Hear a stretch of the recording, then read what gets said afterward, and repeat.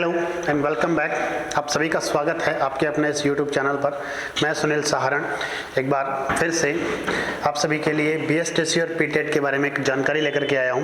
अगर आपकी भी इच्छा है कि +2 करने के बाद में आप एक टीचर बनना चाहते हैं, कि आपको एजुकेशन लाइन में जाना है, तो आप क्या कर सकते हैं 12वीं करने के बाद में या ग्रेजुएशन करने के बाद में आप किस तरह से एक टीचिंग लाइन के अंदर जा सकते हैं, आपके पास क्या क्या ऑप्शन है। और एक सुनहरा मौका है इस वक्त BSTC और PTET करने का, जिससे कि आप एक एजुकेशन लाइन के अंदर जा सकते हैं। ठीक है, तो अब क्या है BSTC और PTET, इसके बारे में जानकारी लेते हैं कि BSTC आखिर में है क्या। BSTC की अगर बात करें, इसकी फुल फॉर्म होती है बेसिक स्कूल टीचिंग सर्टिफिकेट, यानी स्कूल में पढ़ाने के लिए एक बेसिक स्कूल सर्टिफिकेट मिलता है, जिससे कि आप किसी भी स्कूल के अंदर पढ़ाने के लिए जो कंपटीशन होता है गवर्नमेंट की तरफ से, आप उस कंपटीशन के लिए योग्य साबित हो जाते हैं अगर आपके पास कौन सी हो, BSTC हो। वैसा ही एक कोर्स और होता है जिसे कहा जाता है PTET। PTET का मतलब होता है प्री टीचर एजुकेशन टेस्ट, इसकी फुल फॉर्म होती है। वर्धमान महावीर यूनिवर्सिटी के द्वारा ये पेपर है वो कंडक्ट करवाए जाते हैं। अगर बात करें BSTC की, BSTC करने के लिए आप कब कर सकते हैं, तो जैसे आप लोगों ने अगर 12th की हुई है, कौन सी क्वालिफिकेशन आप लोगों के पास में, अगर 12th की क्वालिफिकेशन है आप लोगों के पास में, तो आफ्टर 12th के बाद में आप क्या कर सकते हैं, BSTC दे सकते हैं। ठीक है, डायरेक्ट आफ्टर, यानी BSTC का एक पेपर होगा इस वक्त, और BSTC का पेपर अगर आप दे देते हैं तो उसके बाद में आपको एक कॉलेज अलॉटमेंट हो जाएगा, और उस कॉलेज में आप 2 साल की डिग्री होती है। इसका जो प्रोबेशन होता है वो कितने टाइम का होता है, तो 2 साल की एक डिग्री मिलेगी आपको, जिसको BSTC की डिग्री कहा जाएगा। ठीक है भाई, अगर PTET की बात करें, PTET आप कब कर सकते हो, PTET भी कब की जाती है, तो ये भी आफ्टर 12th की जाती है PTET भी। ठीक है, लेकिन बेसिकली अब आप सोचोगे दोनों कि सर BSTC भी +2 के बाद की जाती है और PTET भी +2 के बाद की जाती है, तो ये 2 कोर्स किस लिए है, फिर एक ही कोर्स क्यों नहीं रख दिया जाता। तो बेसिक इन दोनों में अंतर क्या है, देखिए ये एक टीचिंग सर्टिफिकेट है, ठीक है, जो ये किया जाता है सिर्फ और सिर्फ 12th के बाद में। लेकिन अगर PTET की बात करें तो PTET 12th के बाद में भी किया जाता है, और इसके अलावा अगर हम बात करें तो ग्रेजुएशन के बाद भी किया जाता है। अब दोनों में बेसिक फर्क क्या है, यानी ग्रेजुएशन के बाद, स्नातक के बाद भी आप कर सकते हो। अगर आपके पास BA की डिग्री है या MA की डिग्री है तो भी आप PTET दे सकते हो, कर सकते हो आप। ठीक है, ये किस चीज के क्राइटेरिया है, तो PTET 2 तरीके से की जाती है। एक तो की जाती है 12th के बाद। 12th के बाद जब आप PTET करते हैं, ठीक है, तो उसमें लगते हैं आपको 4 साल। कितना टाइम पीरियड लगेगा, 4 साल का वक्त लगेगा, और 4 साल के वक्त के अंदर आपको एक साथ 2 डिग्रियां मिलती है। अगर आप आर्ट स्ट्रीम से हो, तो आर्ट में हो तो आप क्या कौन सी डिग्री करते हो, BA करते हो, तो BA के साथ साथ में आपकी कौन सी डिग्री हो जाएगी, B.Ed की डिग्री हो जाएगी। ठीक है, वही अगर दूसरी तरफ बात करें कि आप अगर मान लीजिए साइंस स्ट्रीम से हो, साइंस से हो तो आपकी डिग्री मिल जाएगी आपको, एक तो किसकी डिग्री मिल जाएगी, BSc की, और इसके साथ साथ ही आपको किसकी डिग्री मिल जाएगी, तो आपको एक और डिग्री मिल जाएगी, और वो कौन सी डिग्री होगी, B.Ed की डिग्री होगी। तो एक साथ आप 2 डिग्रियां हासिल कर सकते हो, और मात्र कितने साल के अंदर, 4 साल के अंदर। ये एक इसका बेनिफिट होता है। अगर आप +2 के बाद में डायरेक्ट नहीं करते हो, अगर आप ग्रेजुएशन के बाद में अगर करते हो PTET, ग्रेजुएशन के बाद में अगर आप PTET करते हो, तो आपकी PTET है वो कितने, B.Ed है वो कितने साल की होती है, 2 साल की होती है, और इससे पहले आपको 3 साल किसमें लग गए थे, ग्रेजुएशन में। तो ऑल ओवर आपको ये 2 डिग्रियां करने में कितने साल का टाइम लग गया, 5 साल का टाइम।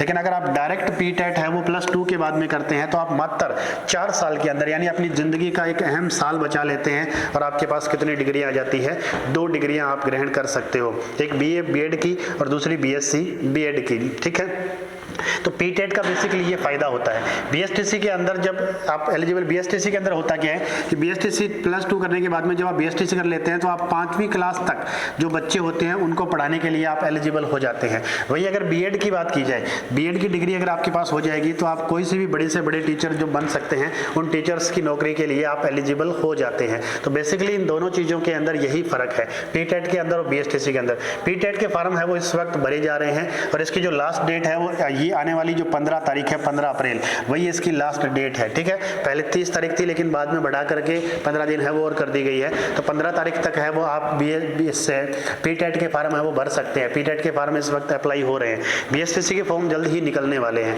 अब आगे देखते हैं, ये तो देख लिया हमने कि इनके लिए एलिजिबिलिटी क्या क्या चाहिए होती है। ठीक है, अब बात करते हैं हम कि इनका सिलेबस क्या होता है, किस तरीके से आते हैं, और सिलेबस इनका क्या क्या होता है। तो सिलेबस की अगर हम चर्चा करें कि क्या क्या सिलेबस होना चाहिए इनका, सिलेबस के बारे में थोड़ी सी चर्चा करें अगर अपन, तो देखिए बेसिकली इनमें क्या क्या पूछा जाता है। तो सिंपली मैं अगर बात करूं तो क्या क्या पूछा जाता है, तो पैटर्न की बात करें तो सवाल कितने आते हैं, तो टोटल सवालों की बात करें तो सवाल कितने आते हैं, इसके अंदर 200 सवाल पूछे जाते हैं। टोटल सवालों की संख्या बात करें तो कितनी आती है, 200 सवाल टोटल पूछे जाते हैं इस बीएसटीसी या पीटेट दोनों के अंदर। टोटल सवालों की संख्या कितनी होती है, 200 होती है। और वहीं अगर हम बात करें अंकों की संख्या कितनी होती है, तो टोटल अंकों की संख्या की बात करें तो अंकों की संख्या कितनी होती है, 600 होती है। यानी 600 अंकों का पेपर होता है और टोटल प्रश्नों की संख्या कितनी होती है, 200 होती है। अब 200 प्रश्न है वो किस किस सब्जेक्ट के आते हैं, तो सबसे पहले है मानसिक क्षमता। मानसिक क्षमता का मतलब होता है रीजनिंग, ठीक है, टीचिंग। मानसिक क्षमता मतलब कि रीजनिंग के सवाल पूछे जाएंगे। रीजनिंग के कितने सवाल आते हैं, 50 सवाल रीजनिंग के आते हैं। टोटल कितने अंक कवर होते हैं रीजनिंग के अंदर, 150 अंक कवर होते हैं। यानी एक सवाल है रीजनिंग का वो कितने नंबर का होता है, 3। टोटल सारे सवाल है वो कितने कितने नंबर के होंगे, 3-3 नंबर के होंगे। दूसरा आपसे पूछा जाएगा शिक्षण मनोवृत्ति एवं योग्यता परीक्षण। इसका मतलब जो टीचिंग एप्टीट्यूड जो आपका एक सब्जेक्ट लगता है, शिक्षण अभियोग्यता जिसे कहते हैं हम, ठीक है, इन दोनों को मिलाकर के एक लिखा जा सकता है शिक्षण अभियोग्यता। मैं साइकोलॉजी का एक छोटा सा चैप्टर हम कह सकते हैं, लेकिन आपके पूरा का पूरा एक सिलेबस है यहाँ पर शिक्षण अभियोग्यता का, ठीक है। तो शिक्षण अभियोग्यता से आपसे सवाल पूछे जाते हैं और इन सवालों की जो टोटल संख्या होती है वो कितनी होती है, 50 संख्या होती है। और एक सवाल 3 अंक का होता है, तो टोटल कितने नंबर कवर करता है, ये 150 अंक है वो कवर करता है। वहीं अगर बात करें सामान्य जागरूकता की, अब सामान्य जागरूकता के अंदर क्या क्या चीजें आती है, तो इसके अंदर इसके अंदर बात करें ज्योग्राफी आती है, इसके अलावा हिस्ट्री आती है, इसके अलावा पॉलिटिकल के सवाल पूछे जाते हैं। कई बार है वो 1-2 आध सवाल है वो साइंस के भी पूछे जाते हैं, इसके अलावा कंप्यूटर के भी पूछे जाते हैं। इसके अलावा अगर मैं बात करूं तो जैसे समसामयिकी करंट अफेयर्स हैं, तो करंट अफेयर्स के सवाल भी इसके अंदर पूछे जाते हैं, ठीक है। तो इन सभी सब्जेक्ट से सवाल है। जैसे इसके अलावा बच गया जैसे आर्ट एंड कल्चर है, तो आर्ट एंड कल्चर के सवाल भी इसके अंदर पूछे जाते हैं। तो 50 सवाल आएंगे टोटल सामान्य जागरूकता के अंदर, और इन 50 सवालों का जो टोटल एग्रीगेट अंक होगा वो कितना होगा, 150 अंक टोटल होंगे। लास्ट अगर बात करें भाषा प्रवीणता की, भाषा प्रवीणता के अंदर कौन कौन सी है, इंग्लिश आती है और हिंदी आती है, ठीक है, इंग्लिश या हिंदी लैंग्वेज। तो इन दोनों के कितने सवाल आते हैं, 50 सवाल आते हैं। और टोटल 50 सवाल कितने अंकों को कवर करते हैं, 150 अंकों को। तो इस तरह से 150 मिलाकर के टोटल अंकों की अगर अपन बात करें तो टोटल पेपर है वो कितने अंकों का होता है, 600 अंकों का। और टोटल क्वेश्चंस की बात करें तो कितने क्वेश्चन आते हैं, 200 क्वेश्चन आते हैं। अगर एक प्रॉपर तरीके से बढ़िया तरीके से एक कंसिस्टेंसी के साथ अगर तैयारी की जाए तो बिल्कुल आसान होता है बीएसटीसी या पीटेट का पेपर तोड़ना, कोई मुश्किल काम नहीं है, क्योंकि रीजनिंग आसान सब्जेक्ट है। इसके अलावा टीचिंग एप्टीट्यूड के बहुत आसान सवाल आते हैं। और बेसिकली टीचिंग एप्टीट्यूड के अंदर ये सिस्टम होता है कि जो 4 सवाल आते हैं, जिस तरह से A, B, C और D 4 ऑप्शन होते हैं हर सवाल के अंदर, तो इसमें से जो सबसे सटीक आंसर सही होता है उसके 3 नंबर मिलते हैं, फिर उससे थोड़ा कम होता है उसके 2 नंबर, फिर उससे थोड़ा कम होता है उसके 1 नंबर, और लास्ट में 0 नंबर मिलता है। यानी 3 ऑप्शन ऐसे होते हैं जिनमें कुछ ना कुछ नंबर आपको मिलते हैं। बहुत आसान सा पेपर होता है। सामान्य जागरूकता जो जीके है, जीके भी आसान क्वेश्चन पूछे जाते हैं। भाषा के अंदर बहुत कम सिलेबस दे रखा है, सिलेबस ज्यादा नहीं है, कम सिलेबस है। जिस सिलेबस को आप तकरीबन है वो 1.5 से 2 महीने के अंदर सिलेबस को कवर कर सकते हैं, और इतना ही टाइम दिया जाता है आफ्टर 12th के बाद में, जिससे कि बीएसटीसी की तैयारी या पीटेट की तैयारी है वो आसानी से स्टूडेंट है वो कर सकें, ठीक है। बात करें हम इंग्लिश और हिंदी लैंग्वेज की। अब कई स्टूडेंट के पास क्या होता है कि इंग्लिश लैंग्वेज है ये तो कंपलसरी है, सभी को लेनी है, ठीक है, इंग्लिश लैंग्वेज लेनी है। लेकिन जो हिंदी लैंग्वेज है, कई स्टूडेंट्स के पास क्या है कि 12th के अंदर या उससे पहले है वो हिंदी लैंग्वेज नहीं होती, उनके पास हिंदी की बजाय है वो कौन सी लैंग्वेज होती है, संस्कृत लैंग्वेज होती है। तो जो स्टूडेंट है वो संस्कृत लैंग्वेज लेना चाहते हैं, उनकी हिंदी लैंग्वेज कट जाती है। यानी हिंदी और इंग्लिश इन दोनों लैंग्वेज में से आप एक लैंग्वेज ले सकते हैं, और वो कोई सी लैंग्वेज हो सकती है, ठीक है। चलिए हम बात करते हैं नेक्स्ट इसके सिलेबस की, कि इसका सिलेबस किस तरह से क्या क्या सिलेबस होता है।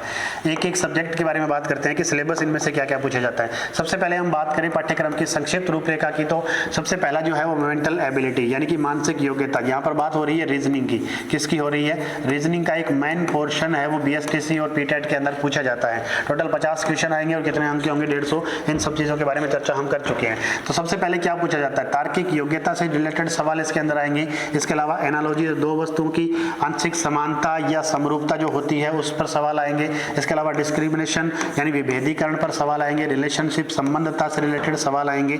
विश्लेषण जैसे एनालिसिस हो गया, लॉजिकल थिंकिंग, तार्किक चिंतन, इन सभी के बारे में सवाल लगभग कह सकते हैं हम ऑलमोस्ट लगभग रीजनिंग है वो 15 से 20 टॉपिक है वो इसके अंदर रीजनिंग के कवर किए जाते हैं, जिनमें से सवाल है वो यहाँ पर पूछे जाते हैं, ठीक है। नेक्स्ट अगर अपन बात करें अगले सब्जेक्ट की, तो अगला सब्जेक्ट है अपने पास general awareness of Rajasthan, Rajasthan की सामान्य जानकारी। तो जीके आएगा वो टोटल किससे रिलेटेड होगा, तो वो आपका राजस्थान से रिलेटेड होगा। 50 क्वेश्चन आएंगे और 150 अंक के होंगे, ठीक है।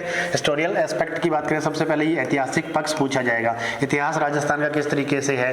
तो पॉलिटिकल एस्पेक्ट, राजनीतिक पक्ष भी पूछा, राजस्थान का राजनीतिक पक्ष यानी पॉलिटिकल एस्पेक्ट भी पूछा जाएगा। इसके अलावा आर्ट एंड कल्चर से रिलेटेड सवाल है वो इसके अंदर पूछे जाएंगे। लिटरेचर एस्पेक्ट यानी कला संस्कृति और साहित्य पक्ष है उससे रिलेटेड सवाल पूछे जाएंगे। आर्थिक पक्ष यानी इकोनॉमिक एस्पेक्ट। अब देखिए स्पेशल इसके अंदर दिक्कत क्या है कि बीएसटीसी और पीटेट का जो सिलेबस है आपका, उस सिलेबस के अंदर कोई पर्टिकुलर आपको टॉपिक नहीं दे रखा कि इसी टॉपिक से रिलेटेड सवाल आएंगे, ठीक है। आपको डायरेक्ट लिख दिया गया, जैसे यहाँ पर ऐतिहासिक पक्ष लिख दिया गया यानी हिस्ट्री के बारे में लिख दिया गया। अब राजस्थान की जितनी हिस्ट्री है वो सारी हिस्ट्री इसके अंदर कवर की जाएगी, ठीक है। लेकिन आपको पढ़ना क्या है, ऊपर से एक बेसिक जो उसका आपको आइडिया होना चाहिए हिस्ट्री का, उसी तरीके से आपको पॉलिटिकल का भी एक बेसिक आइडिया आपको होना चाहिए, ठीक है। आर्थिक पक्ष, इकोनॉमिक एस्पेक्ट भी आपसे पूछा जाएगा। ज्योग्राफिकल जो भौगोलिक स्थिति है यानी जिसे हम ज्योग्राफी कहते हैं, उससे रिलेटेड सवाल भी आपसे पूछे जाएंगे। फोक लाइफ है जो लोक जीवन है, ये भी आर्ट एंड कल्चर का एक टॉपिक है। सामान्य सोशल एस्पेक्ट है, ठीक है। तो इससे रिलेटेड सामाजिक पक्ष क्या है, समाज के और इंसानों के बीच का जो एक कॉम्बिनेशन है उसके बारे में सवाल। टूरिज्म एस्पेक्ट यानी पर्यटन पक्ष के बारे में। तो लगभग जो सामाजिक पक्ष है और पर्यटन पक्ष है इसके अंदर करंट जीके से रिलेटेड सवाल है वो आपसे पूछे जाते हैं, ठीक है। तो 50 टोटल क्वेश्चन होंगे और 150 अंक के होंगे। तो ये टोटल रहेगा जनरल अवेयरनेस ऑफ राजस्थान के बारे में, सेकंड जो आपका सब्जेक्ट है वो, ठीक है। इसके अलावा अगर हम बात करें थर्ड सब्जेक्ट की, थर्ड सब्जेक्ट कौन सा है आपका जिसके अंदर 50 क्वेश्चन आएंगे, तो वो टीचिंग एप्टीट्यूड। टीचिंग एप्टीट्यूड यानी शिक्षण अभिक्षमता या शिक्षण अभियोग्यता जिसे हम कहते हैं। 50 टोटल क्वेश्चन आएंगे और टोटल क्वेश्चन कितने नंबर के होंगे, तो ये 150 नंबर के होंगे। सबसे पहले टीचिंग लर्निंग यानी शिक्षण अधिगम आपको पढ़ना है। लर्निंग का मतलब अधिगम, सीखा कैसे जाता है, अधिगम के बारे में चर्चा करनी है। उसके बाद में लीडरशिप क्वालिटी यानी नेतृत्व गुण क्या क्या होते हैं किसी भी टीचर के या किसी भी राजनेता के या किसी भी जो संस्था प्रधान होता है, समाज प्रधान होता है, उन सभी के नेतृत्व गुण किस टाइप के होने चाहिए, उन सभी के बारे में डिटेल से इसके अंदर पढ़ा जाएगा। इसके अंदर है क्रिएटिविटी, सृजनात्मकता यानी एक लगभग क्वेश्चन है वो स्कूल से रिलेटेड पूछा जाता है। एक प्रिंसिपल है वो अपने स्कूल को किस प्रकार से क्रिएटिव बना सकता है, अपने टीचर्स को क्रिएटिव किस तरह से बना सकता है, स्टूडेंट्स को क्रिएटिव किस तरीके से बना सकता है, अपने स्कूल का जो माहौल है उसको एक बेहतरीन खुशनुमा और पढ़ाईनुमा किस तरीके से बना सकता है। तो इन सभी चीजों के बारे में है वो इसके अंदर डिटेल से पढ़ना होता है। इसके अलावा अगर हम बात करें इवैल्यूएशन यानी कंटिन्यूअस एंड कॉम्प्रिहेंसिव इवैल्यूएशन के बारे में, सतत एवं व्यापक मूल्यांकन, इसके बारे में सवाल आते हैं। इसके अलावा कम्युनिकेशन स्किल, संप्रेषण कौशल जो है यानी आप किसी के साथ जब बात करते हैं तो किस टाइप से आप बात करनी चाहिए, आप दूसरों के साथ किस तरह से अपनी चीज़ों को पहुंचा सकते हैं, कौन आपके साथ बात करने के लिए राजी होगा। तो आपका एक पर्सनैलिटी डेवलपमेंट से रिलेटेड सवाल, जैसे संप्रेषण आपकी स्किल जो बात करने के जो तरीका है उसको बढ़ाने के क्या क्या तरीके होते हैं। इसके अलावा बात करें प्रोफेशनल एटीट्यूड की, व्यावसायिक अभिव्यक्ति की यानी आपका जो काम करने का तरीका है उसकी अभिव्यक्ति, आपका जो एटीट्यूड है वो किस टाइप का होना चाहिए, ठीक है। इसके अलावा सोशल सेंसिटिविटी के बारे में, सामाजिक संवेदनशीलता, समाज के अंदर फैल रही जितनी कुरीतियां हैं, अच्छाइयां हैं, बुराइयां हैं, समाज के अंदर किस तरीके से आप अपना नाम बना सकते हैं, नेम और फेम बनाने के तरीके, तो इन सब चीज़ों के बारे में डिटेल से वो इसके अंदर पढ़ा जाता है। यानी ऑल ओवर कहें हम इसके अंदर, तो इसके अंदर एक पर्सनैलिटी डेवलपमेंट का पूरा एक ऑर्डर आपको दिया जाता है भर के, ठीक है, जिससे कि आप अपने आप में एक बेहतरीन इंसान भी बनने लायक बन जाते हैं अगर आप इस चीज़ को बड़े बेहतरीन तरीके से पढ़ लेते हैं। आप यानी हर चीज़ को एक देखने का आपका तरीका है, पॉजिटिविटी क्या होती है, नेगेटिविटी क्या होती है, तो उन चीज़ों के बारे में बेसिकली आपको डिफरेंस करने की एक ताकत मिलती है इस टीचिंग एप्टीट्यूड को पढ़ने से, ठीक है।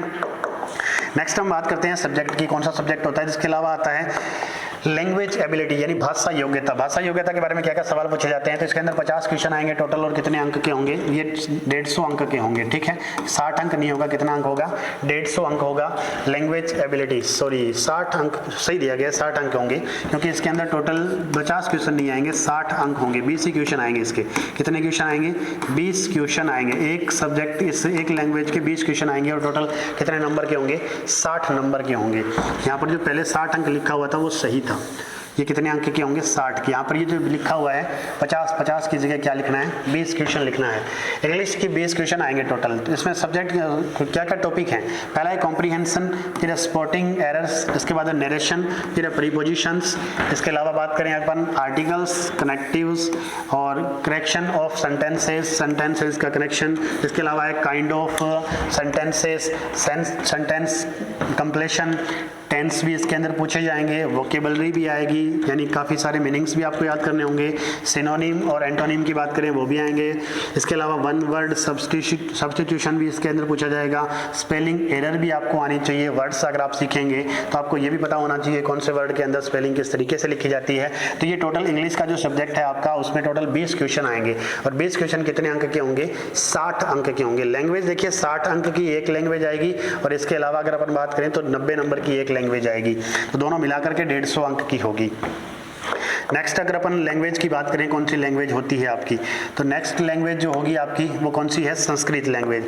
अगर आप ये लैंग्वेज मतलब हिंदी या संस्कृत दोनों में से एक चुन सकते हैं। अगर आप संस्कृत लैंग्वेज लेते हैं, यानी हिंदी अथवा दे रखा है, देखिए साफ साफ क्या लिखा हुआ है, ये सिलेबस ऑफिशियल सिलेबस है जो नेट से डाउनलोड किया गया है, ठीक है, जो कि सरकार ने खुद ने, जो बोर्ड पेपर ले रहा है उसने खुद ने ये सिलेबस है वो जारी किया है।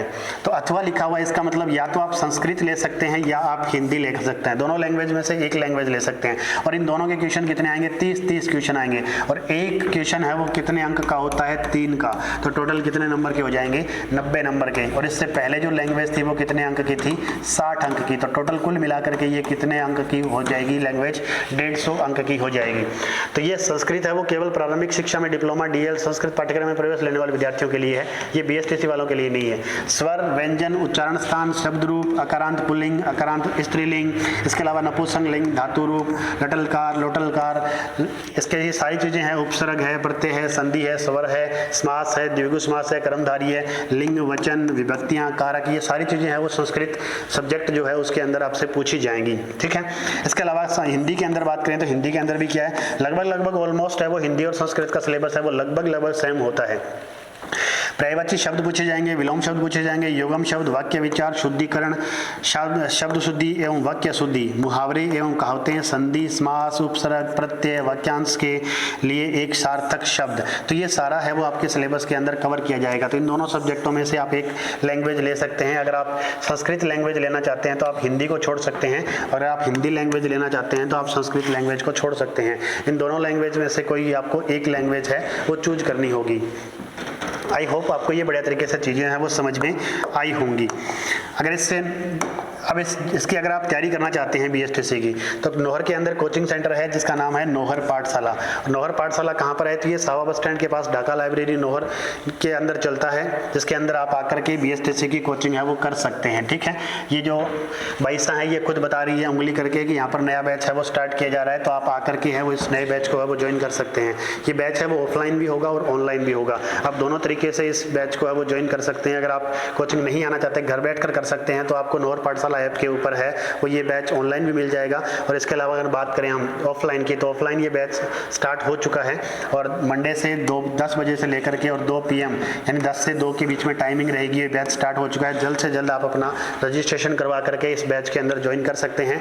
तो आगे की तैयारी है वो आपसे मिलकर हम एक साथ मिल बैठ करके इस मुहिम को पार करेंगे बढ़िया तरीके से। BSTC और PTET के जितने भी विद्यार्थी हैं वो एक बार आकर के वो डेमो जरूर लगाएं और क्लासें अटेंड करें। इस क्लास के अंदर इतना ही। तो अगले फिर मिलते हैं एक नए वीडियो में एक नए एनर्जेटिक जोश के साथ। तब तक के लिए थैंक यू वेरी मच। जय हिंद, जय भारत।